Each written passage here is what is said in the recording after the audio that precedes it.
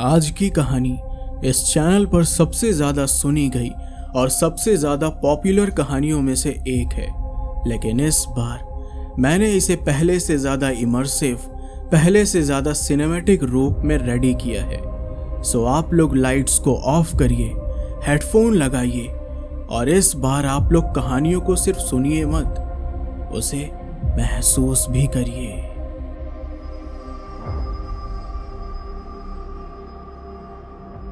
मुझे ठीक से तो याद नहीं है, लेकिन शायद उस वक्त रात के करीब 10 बज रहे थे। घंघोर अंधेरे ने अपनी जकड़ से रोशनी को पूरी तरह से ढका हुआ था। उस सड़क पर ट्रक चलाना सच में बहुत मुश्किल काम था। पहले तो मुझे लगा था कि ये सब चीज़ मेरे लिए बड़ी आसान होगी, लेकिन जब मैंने इनके ऊपर सफ़र करना शुरू किया तो मुझे एहसास हुआ कि वास्तव में ट्रक चलाना इतना भी आसान नहीं होता है। दोस्तों, मेरा नाम वरुण है और मैं राजस्थान के एक छोटे से गांव से बिलोंग करता हूं। कभी कभी मुझे ट्रक लेकर अर्जेंटली डिलीवरी के लिए निकलना पड़ता था और आज भी मेरे साथ कुछ ऐसा ही हुआ था। जब मुझे ऊपर से ऑर्डर आया और मुझे शिमला की तरफ निकलना पड़ा। यूं तो शिमला अपनी खूबसूरती के लिए दुनिया में जाना जाता है और यहाँ के लोग देश विदेश से सफ़र करने के लिए पहुँचते हैं। मेरी भी ये तीसरी डिलीवरी थी जब मैं ट्रक में सामान लोड करके शिमला के लिए पहुँचा था। वैसे तो मेरे लिए काम इतना आसान था नहीं, लेकिन मजबूरी के चलते मुझे निकलना पड़ा। रात होते होते जब मैंने अपनी घड़ी की तरफ टाइम देखा तो अब रात के 12 बज चुके थे। ऊपर से मेरे दोस्त अजय की आंख लग चुकी थी और अब मैं नहीं चाहता था कि मैं उसकी नींद खराब कर दूं। इसलिए मैं अकेला ही थकने के बावजूद ट्रक चलाता रहा। वैसे तो ट्रक चलाना मेरे लिए कोई मुश्किल काम नहीं था। ऐसे में मैं बार बार अपने दोस्त की तरफ देखता और ये सोचता कि काश इसकी नींद खराब हो जाए और ये ट्रक चला सके, लेकिन वो तो कुंभकर्ण की नींद सो रहा था। बिल्कुल उसी तरह लेटा हुआ था जैसे स्टार्टिंग में सोया था। उसके बाद मैंने ट्रक को 1-2 बार झटका देने की कोशिश की, तब जाकर कहीं उसकी आंख खुली।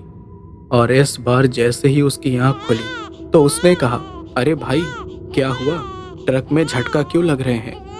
तभी मैंने अपने दोस्त से कहा, अरे भाई कितना सोएगा, अब थोड़ी देर मुझे भी तो आराम करने दे यार, और तू ट्रक चला।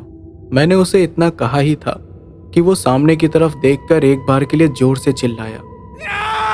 जैसे ही उसने सामने की तरफ जोर से चिल्लाना शुरू किया तो मैंने भी सामने देखा, लेकिन मुझे कुछ दिखाई नहीं दिया। इस पर मैंने अपने दोस्त की तरफ देखते हुए कहा, अरे पागल है क्या, चिल्ला क्यों रहा है? इस पर उसने कहा, अरे भाई वो दिख नहीं रहा, वो भयानक सा जानवर।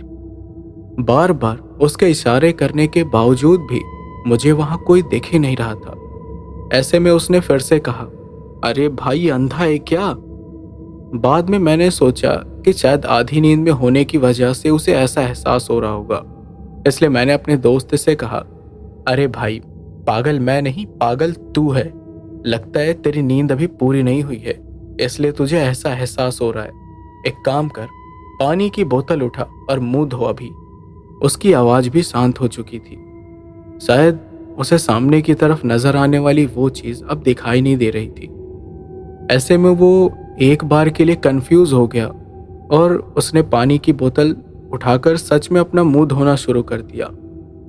फिर जब उसने फिर से सामने देखा तो वहां कुछ भी नहीं था। इस पर उसने कहा, भाई लगता है आज कुछ ज्यादा ही थक गया हूँ। इस पर मैं उसे बोला, अबे साले तो किस चीज में थक गया बे? सुबह से तो बस नींद ही लिए जा रहा है और तुझे थकावट हो रही है। मेरी बात सुनकर वो भी हंसते हुए बोला, अरे पता नहीं भाई, लेकिन क्यों अभी भी थोड़ी थकावट सी महसूस हो रही है। वो इतना कहकर वापस सोने ही वाला था कि मैंने ट्रक का ब्रेक लगा दिया और उस ड्राइविंग सीट पर बैठने को कहा। मेरी बात सुनकर पहले तो वो थोड़ा हिचकिचाया, लेकिन फिर उसने ट्रक का स्टीयरिंग अपने हाथ में थाम लिया। वो भी ट्रक को अच्छी तरह चला सकता था। ऐसे में मैं बेपरवाह होकर आराम से सोना चाहता था, लेकिन शिमला की अब उन खूबसूरत जगह ने मेरा ध्यान अपनी तरफ खींचना शुरू कर दिया था। धीरे धीरे मेरी आंखों में आने वाली नींद अब हवा में धुआं बनकर उड़ने लगी। शिमला के वो गजब के दृश्य देखकर हर कोई मंत्रमुग्ध हो जाए, ऐसे ही कुछ मेरे साथ भी था। मेरे साथ साथ मेरा दोस्त जो इस वक्त ट्रक चला रहा था, वो भी शिमला की उस खूबसूरती को देखकर एक बार के लिए देखता ही रह गया। फिर मैंने उससे कहा, अरे भाई, नींद तो रोज लेते हैं, आज जरा इस खूबसूरत दृश्य को अपनी आंखों में कैद कर लूं। बीच बीच में वो एक दो शायरी बोलकर मुझे मनोरंजन करवा देता। हमारा सफर उम्मीद के मुताबिक एकदम सही चल रहा था। पहले भी मैं शिमला के सफर को अंजाम दे चुका था। ऐसे में मुझे शिमला के काफ़ी इलाकों के बारे में अच्छे से मालूम था। हमारी ट्रक अब रफ्तार से चलते चलते एक सुनसान इलाके में पहुंच गई थी। वैसे तो शिमला के हर कोने में हमें कुछ न कुछ लोग भटकते हुए नजर आते, लेकिन वो इलाका बहुत ही ज़्यादा सुनसान था। चारों तरफ कोई भी नजर नहीं आ रहा था और ट्रक की आवाज़ के अलावा वहाँ दूसरी आवाज़ को सुन पाना भी बड़ा मुश्किल था। चारों तरफ कोई भी नजर नहीं आ रहा था और ट्रक की आवाज़ के अलावा वहाँ दूसरी आवाज़ को सुन पाना भी बड़ा मुश्किल था। इतने में ही मेरे दोस्त ने कहा, अरे भाई देखना, यहाँ कितना सन्नाटा है। उसकी बात सुनकर मैंने भी कहा, हाँ यार, मैं भी पहली बार यहाँ पर इस तरह के सन्नाटे को देख रहा हूँ, वरना मैंने पहले भी शिमला के 2-3 सफ़र किए हैं, लेकिन कभी भी इस तरह की जगह को नहीं देखा। मेरी बात सुनकर वो भी थोड़ा सा हैरान हो गया। हम दोनों उस सुनसान सड़क पर ट्रक को चलाते रहे, लेकिन इतने में ही हम दोनों के हाथ पैरों में अचानक अजीब सी हलचल होने लगी। हमें ऐसा लग रहा था कि अब हमारा शरीर हमारे काबू में नहीं है।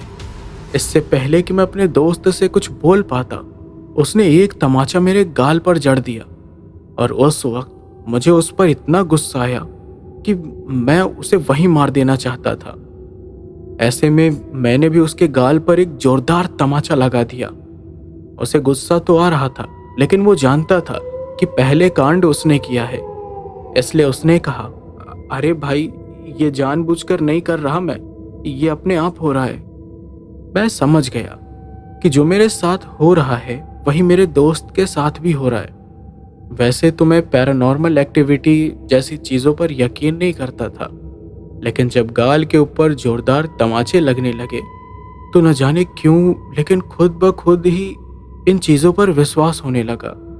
इस पर मैंने अपने दोस्त को कहा, भाई, अब हमें ट्रक को रोक देना चाहिए।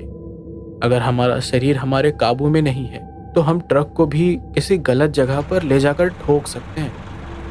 मेरी बात मेरे दोस्त को भी ठीक लगी और उसने किसी तरह से ट्रक को अपने काबू में किया और उस सड़क के बगल में रोक दिया।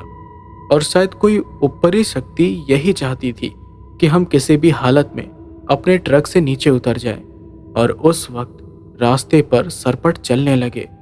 वैसे तो जब हम सफ़र करते थे तो हमें सड़क के ऊपर धूल खाती हुई गाड़ियां नजर आती थी, लेकिन आज सड़क एकदम वीरान थी, मानो हम किसी शमशान घाट में पहुंच गए हो। ऊपर से हमारे साथ हो रही अजीब अजीब घटनाएं हमें सोचने पर मजबूर कर रही थी। थोड़ी देर के बाद मैंने अपने दोस्त से कहा, अरे भाई, ये काम करते हुए मुझे आज न जाने कितने साल बीत गए हैं, लेकिन आज से पहले कभी भी इस तरह की अजीब चीज़ों के ऊपर यकीन नहीं किया और ना ही इन चीज़ों को इतने गौर से देखा है। पर पता नहीं क्यों आज मुझे ऐसा लग रहा है कि कोई पैरानॉर्मल एक्टिविटी हमारे आसपास है। मेरी बात सुनकर मेरे साथ काम करने वाला वो खलासी, या फिर यूं कहूँ कि मेरा खास यार, पूरी तरह से डर गया, क्योंकि वो इन चीज़ों पर यकीन किया करता था। अक्सर एक ब्राह्मण परिवार से होने की वजह से इन चीज़ों पर विश्वास करना और साथ ही इन चीज़ों के बारे में जानना उसका काम और धर्म था। ऐसे में उसने कहा, अरे भाई, मुझे मत डरा, मैं पहले से इन चीज़ों से घबराया रहता हूँ, ऊपर से तो इस तरह की बातें करके मुझे और बुरी तरह से डरा रहा है। इससे पहले कि हमारी बात पूरी हो पाती, हवा के एक झोंके ने उस पूरी सड़क को अपनी गिरफ्त में ले लिया। वो हवा का झोंका इतना तेज था कि हम दोनों को एक पेड़ पकड़कर खड़ा होना पड़ा। इधर से मेरा दोस्त भी बड़ा घबराया हुआ था, तो एक तरफ से मेरी भी जान निकली जा रही थी। इधर मेरा दोस्त अभी भी कुछ बड़बड़ा रहा था, शायद वो किसी मंत्र का जाप कर रहा था।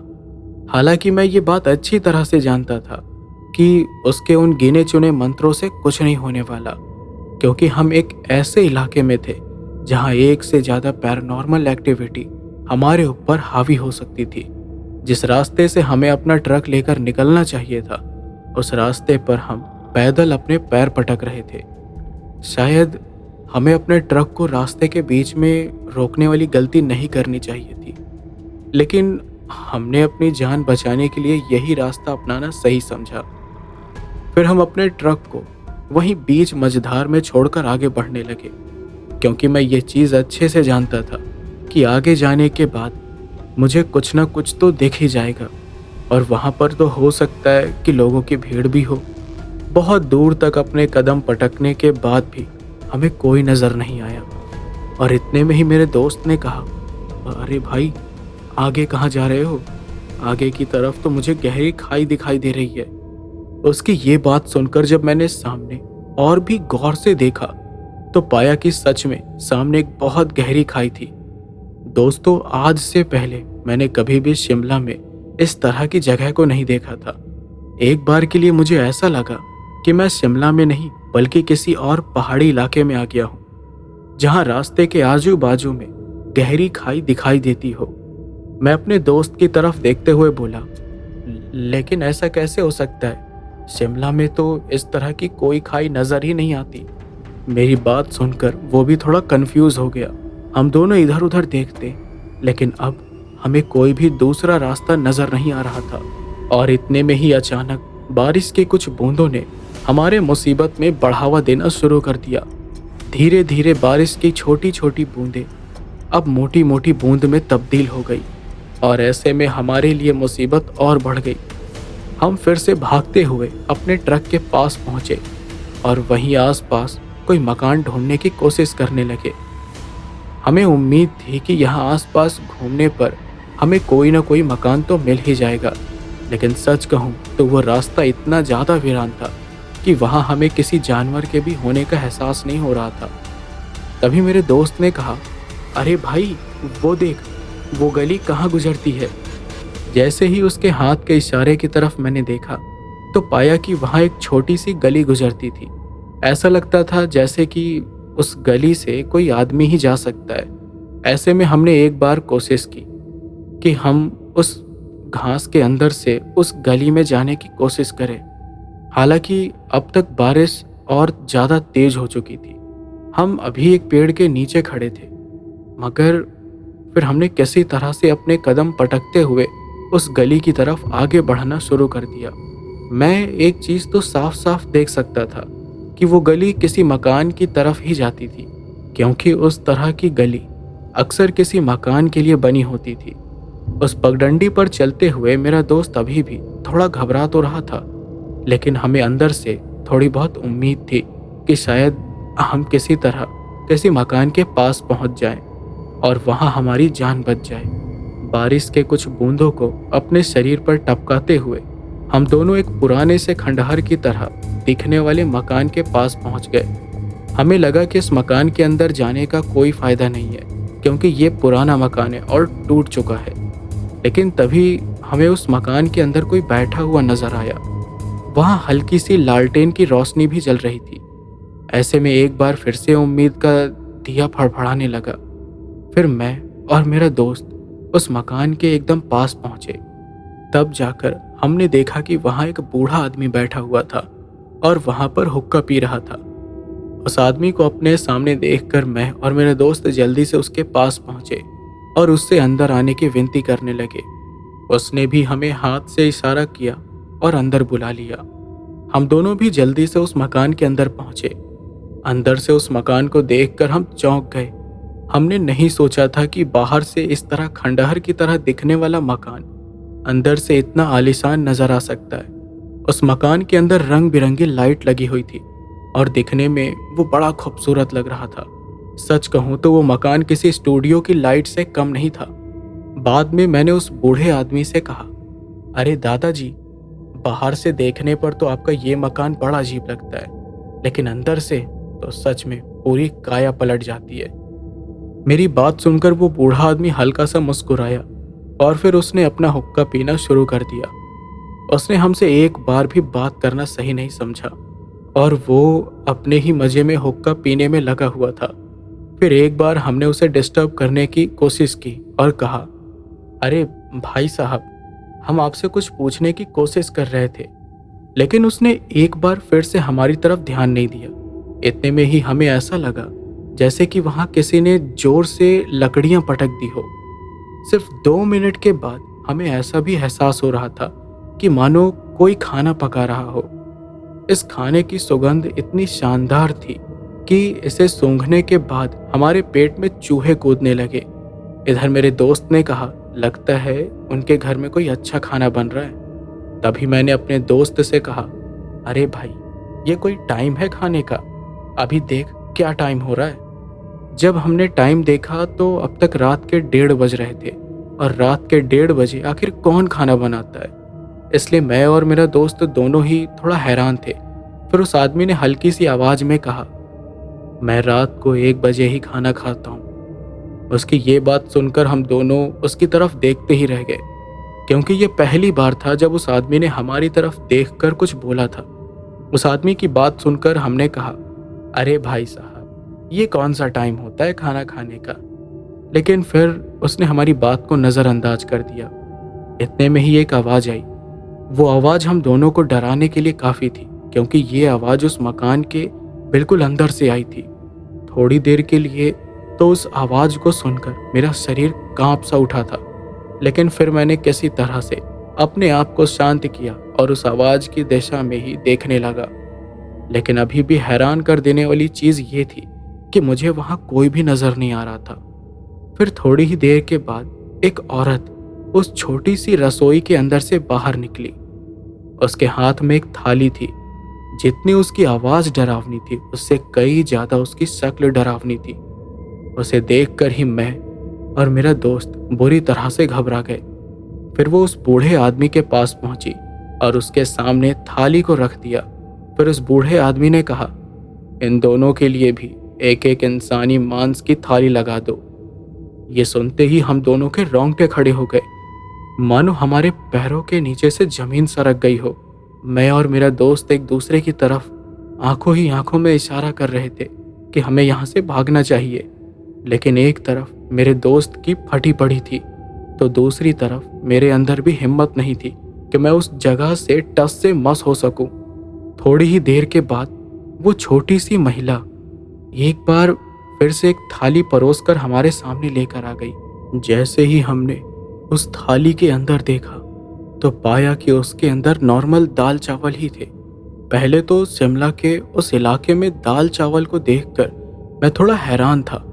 फिर उस बूढ़ी महिला ने कहा, बड़े प्यार से खाना परोसा है, अगर पूरा खाना खत्म नहीं किया तो तुम्हारे लिए अंजाम बहुत भयानक होगा। उसकी बात सुनकर मैं और मेरा दोस्त बिना कुछ सोचे समझे थाली को अपने सामने रखकर उसके अंदर हाथ घुमाने लगे। जैसे ही मैंने पहली बार उस खाने को हाथ लगाया तो वो खाना अब दाल चावल की जगह इंसानी मांस और हड्डियों में तब्दील हो गया। मुझे उस खाने में एक आदमी की कटी हुई छोटी छोटी हाथ की उंगलियां नजर आ रही थी। मुझे उल्टी करवाने के लिए बस इतना ही काफी था। ये देखते ही मैं जोर जोर से उबाक लेने लगा। इधर मेरा दोस्त मुझे देखकर बहुत बुरी तरह से घबरा रहा था। उसने तुरंत ही झटके से थाली को उठाया और उसे घर से बाहर फेंक दिया। और इतना होते ही वो बूढ़ी महिला बहुत जोर जोर से चिल्लाने लगी। उस भयानक महिला के मुंह से निकले हुए वो चिल्लाने के शब्द बहुत ही ज्यादा भयानक थे। न जाने उसने अपनी चिल्लाती हुई आवाज में हमें क्या क्या कह दिया। हम इतना तो समझ गए थे कि हम दोनों मौत के मंजर में फंस गए हैं, जहां से निकलना हम दोनों के लिए इतना आसान नहीं होने वाला। इसलिए मैंने अपने दोस्त को कहा, भाई एक काम कर, जल्दी से दरवाज़ा खोल और यहाँ से निकल। मेरे दोस्त ने ऐसा ही किया, मगर जैसे ही उसने दरवाज़ा खोलने का ट्राई किया तो दरवाजे का हैंडल उसके हाथ में आ गया। ऊपर से वो मकान चारों तरफ से बंद था, तो ऐसे में कोई दूसरा ऐसा जगह नहीं था जहां से मैं और मेरा दोस्त इस भयानक जगह से बाहर निकल सके। इसलिए मेरा दोस्त अब थक चुका था, उसने भी हिम्मत छोड़ दी थी। मगर फिर हम दोनों ने एक साथ मिलकर उस दरवाजे के ऊपर जोर जोर से लात मारना शुरू कर दिया। उस टाइम पर हमें जो भी दिखाई दे रहा था हम उसी चीज पर अटैक कर देते। इधर वो बुढ़ी और बुढ़ा आदमी हम दोनों का ये करतब देखने में लगे हुए थे। ऐसा लग रहा था जैसे कि वो किसी मूवी का सीन देख रहे हो। हम दोनों यहाँ बुरी तरह से तड़प रहे थे, तो उन दोनों को ये सब चीज बस मजाक लग रहा था। अब तक तो हम उन दोनों को नॉर्मल इंसान समझ रहे थे, लेकिन अब की बार जब मैंने फिर से उस बूढ़ी और उस बूढ़े आदमी पर ध्यान दिया तो देखा कि इस बार वो बुढ़ा आदमी हवा में लटक रहा था। उसके हाथ के नाखून अब लंबे लंबे हो चुके थे, उसके दांत किसी हैवान की तरह लग रहे थे। उसके जबड़ों के अंदर बड़े बड़े छेद बने हुए थे जिनके अंदर से मधुमक्खियां घुस रही थी। उधर उस महिला का भी यही हाल था, वो भी अब पूरी तरह से बदल चुकी थी। उसके चेहरे पर भयानक झुर्रियां पड़ चुकी थी और उसके हाथों के नाखून बिल्कुल उसी बूढ़े आदमी की तरह नजर आ रहे थे, जो कभी भी हमारे सीने को आर पार हो सकते थे। मेरा दोस्त अभी भी अपनी तरफ से पूरी कोशिश करते हुए उस दरवाजे को खोलने की कोशिश कर रहा था। साथ ही मैंने भी अपनी तरफ से पूरा जोर लगाया हुआ था, लेकिन हम दोनों की हिम्मत भी जवाब दे रही थी। बहुत देर तक कोशिश करने के बावजूद भी हम उस दरवाजे को नहीं खोल पाए। आखिर में मेरे दोस्त ने कहा, भाई खिड़की पर जोर से मार। मैंने देखा कि वहाँ एक छोटी सी खिड़की बनी हुई थी जिसके ऊपर शायद पुराने जमाने की कोई जाली थी। शायद उसी जाली की वजह से हम दोनों उस घर से बाहर निकल सकते थे। हमने ठीक वैसा ही किया। मैंने जोर जोर से उस जाली के ऊपर लात मारना शुरू कर दिया और अब की बार हमारे हाथ पैरों ने हमारा बहुत अच्छा साथ दिया और किसी तरह से किस्मत के भरोसे हमने जाली को एकदम से तोड़ दिया। तो उसके साथ ही मेरी जान में जान आई। इधर मेरे दोस्त को भी अब सांस में सांस आ रहा था। किसी तरह से हम दोनों उस मकान से बाहर आ गए। बाहर आने के बाद हमें सुकून तो मिल रहा था, लेकिन हम इस बात को भी अच्छी तरह से जानते थे कि यह रास्ता जितना भयानक है उससे कई ज़्यादा भयानक यहाँ से बाहर निकलना है, क्योंकि बाहर निकलते निकलते न जाने हम किन किन ऊपरी शक्तियों से सामना कर लेंगे। लेकिन यहाँ से बाहर निकलने के लिए हमारे पास दूसरा कोई चारा भी नहीं था। और फिर ऐसे में आखिर में हमने फैसला लिया कि हम किसी भी तरह से इस जगह से बाहर निकल कर ही रहेंगे। उसके बाद मेरा दोस्त मेरे आगे आगे चलने लगा। हालांकि मैं इस रास्ते को अच्छे से जानता था कि किधर से जाना है। इस रास्ते से मैं पहले भी गुजर चुका था, लेकिन कुछ ही सालों में ये रास्ता इतना ज़्यादा बदल जाएगा ये मैंने सपने में भी नहीं सोचा था। जैसे जैसे मैं उस हल्के पुल के इलाके में छाए हुए पेड़ों को देख रहा था तो मुझे समझ में आ रहा था कि आखिर मैं किस रास्ते से यहाँ आया हूँ। पहले भी मैं इस रास्ते से गुजरा हुआ था, लेकिन इस टाइम पर यह रास्ता काफ़ी बदला हुआ लग रहा था। यूं ही पैदल चलते चलते मुझे अचानक ख्याल आया कि कहीं वो बुढ़ा भूत और वो हैवान महिला हमारे पीछे तो नहीं आ रहे। जैसे ही हमने पीछे मुड़कर देखा तो हमने पाया कि वो दोनों कहीं भी नजर नहीं आ रहे थे। ऐसे में एक बात तो साफ थी कि वो दोनों सिर्फ घर के अंदर ही हम दोनों को चोट पहुंचा सकते थे। घर से बाहर निकलने के बाद हम दोनों काफ़ी सेफ थे। हालांकि बार बार जब मैं उनको याद करता तो मेरे शरीर के अंदर एक अजीब सी सिहरन दौड़ जाती। मुझे ऐसा लगता कि जैसे वो नज़ारा अभी भी मेरी आंखों के सामने मंडरा रहा हो। इसी बीच मेरा दोस्त मुझसे आगे चलते चलते पेड़ों के पत्ते के ऊपर पहुंच गया। वो जैसे ही उन पेड़ों के पत्तों के जस्ट ऊपर पहुंचा तो अचानक नीचे से कुछ काले काले हाथ निकलने लगे। जमीन को उखाड़ कर निकले हुए वो हाथ बहुत ही ज़्यादा डरावने लग रहे थे। देखते ही देखते उन्होंने मेरे दोस्त के पैरों को एकदम से जकड़ लिया और उसे जमीन के अंदर खींचने लगे। ऐसा लग रहा था कि ये जमीन मेरे दोस्त को अपने अंदर ही समा लेगी, लेकिन मैंने किसी तरह से हिम्मत जुटाई और फिर अपने दोस्त का हाथ पकड़कर उसे खींचने लगा। हालांकि अब तक वो उन पत्तों के एकदम बीच में नहीं गया था। शायद यही वजह थी कि मैं उसे पकड़कर खींच पाने में सक्षम था। मैंने अपनी तरफ से पूरा जोर लगा दिया, लेकिन उन हाथों की ताकत के सामने मैं कमजोर पड़ रहा था। धीरे धीरे वो मेरे दोस्त को अंदर खींचते जा रहा था। मुझे लग रहा था कि मैं अपने दोस्त को यहीं पर खो दूंगा, लेकिन तभी नीचे से मेरे पैरों को भी किसी ने एकदम से जकड़ लिया।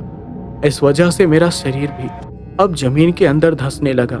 मैंने अपनी ओर से पूरी ताकत तो लगाई, लेकिन मुझे ऐसा लग रहा था कि नीचे से वो हाथ मुझे किसी दलदल के अंदर घसीट रहा है, जिसकी वजह से मैं चाहकर भी कुछ नहीं कर पा रहा था। उधर मेरा दोस्त भी अब लगभग आधा उस जमीन के अंदर फंस गया था और मेरा शरीर भी उस जमीन के अंदर समा चुका था। इसी बीच मैंने अपने दोस्त का हाथ पकड़ लिया। हम दोनों ने फिर से एक दूसरे का हाथ पकड़कर फिर से एक दूसरे को खींचने की कोशिश की, लेकिन तब तक उन हाथों ने भी हमें अंदर की तरफ खींचना बंद कर दिया था। अब वो सब एकदम से नॉर्मल होने लगा।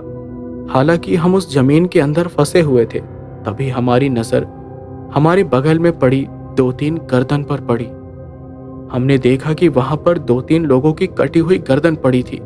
उनको देखते ही हम समझ गए कि यहाँ के लोग पहले इंसान को जमीन के अंदर गाड़ते हैं और उसके बाद उसकी गर्दन को धड़ से अलग कर देते हैं। मुझे ये समझने में ज़्यादा टाइम नहीं लगा और उसके बाद मैंने अपने दोस्त से कहा, लगता है आज हमारा आखिरी दिन है यार। थोड़ी ही देर के बाद हम दोनों की गर्दन को भी धड़ से अलग कर दिया जाएगा। मेरी बात सुनते ही मेरी दोस्त की आंखें बड़ी बड़ी हो गई और वो बड़ी हैरानी के साथ मेरी ओर देखने लगा। फिर हमें ऐसा लगा जैसे कि उस सुनसान जमीन के ऊपर कोई कदम पटकते हुए हमारी तरफ आ रहा है। जैसे जैसे मुझे ये कदमों की आवाज़ सुनाई दे रही थी, वैसे वैसे मेरे दिल की धड़कन भी बढ़ती जा रही थी। थोड़ी ही देर के बाद मेरी नज़र एक आदमी पर पड़ी जिसकी हाइट 8 फीट की थी।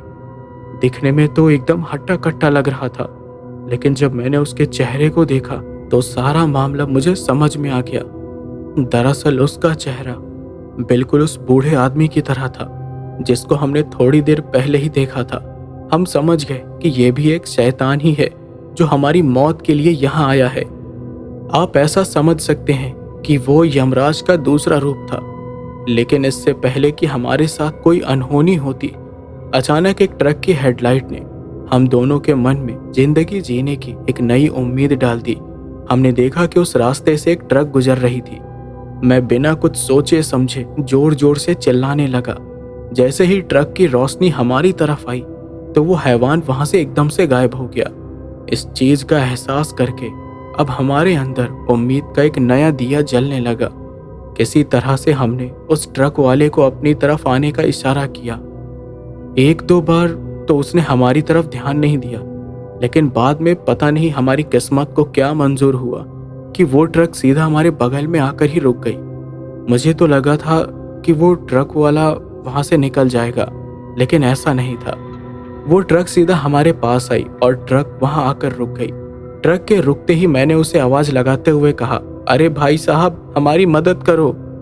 फिर वो ट्रक ड्राइवर और उसका खलासी जल्दी से नीचे उतरकर हमारे पास पहुंचे। तब जाकर मेरी सांस में सांस आई। किसी तरह से उसने हमें खींचा और उसे जमीन से बाहर निकाला। ताज्जुब की बात तो ये थी कि हमारे शरीर में कहीं मिट्टी तक नहीं लगी थी, लेकिन इसके बावजूद हम उस जमीन के अंदर धंस गए थे। कहने को तो वो हमें एक दलदल की तरह लग रहा था, लेकिन वो दलदल नहीं था। उसके बाद उस ट्रक ड्राइवर ने कहा, भाई साहब, ये इलाका सही नहीं है, यहाँ से जल्दी से निकल जाओ। इस पर मैंने उस ट्रक ड्राइवर को पूरी बात बताई तो उसने कहा, आप लोगों को चिंता करने की कोई ज़रूरत नहीं है, आप मेरे साथ आगे तक का सफ़र तय कर सकते हैं। वैसे तो मुझे उस ट्रक ड्राइवर के ऊपर उतना विश्वास नहीं हो रहा था, लेकिन फिर मैंने फैसला किया कि अब मैं इसके साथ ही आगे का सफ़र तय करूँगा। दोस्तों, सच कहूँ तो मुझे अपनी ज़िंदगी में एक नई ज़िंदगी मिली थी, जहाँ मैं मरकर वापस जिंदा हो चुका था। हो सकता था कि उस रात हम दोनों की गर्दन भी धड़ से अलग हो जाती, लेकिन उस आदमी ने हमें एक ऐसी जगह से बचाया जहाँ से जान बचा पाना शायद नामुमकिन हो। वहाँ से गुजरने के बाद मैंने उस आदमी से पूछने की कोशिश भी की, लेकिन उसने मुझे इसके बारे में कुछ भी नहीं बताया। हालांकि उसका कहना था कि शिमला के इस रास्ते से सफ़र करना अपनी मौत को दावत देने जैसा है। कहते हैं कि यहाँ पर जिन्नों की बस्ती है। अलग अलग तरह के जिन यहाँ पर अपनी दास्तानों से लोगों को मौत के घाट उतार देते हैं। ऐसे में हमें संभल कर निकलना चाहिए। उसके बाद सुबह होते ही मैं अपना ट्रक लेने के लिए निकल गया और उसके बाद सब कुछ नॉर्मल हो गया, लेकिन मैं दोबारा कभी भी शिमला के उस रास्ते से नहीं गुजरा। बड़े बुजुर्ग अक्सर यही कहते हैं कि कुछ कहानियां ऐसी होती हैं जो खत्म होने के बाद भी अपने पीछे एक डर छोड़ जाती हैं, और शायद आज की कहानी भी उन्हीं में से एक थी।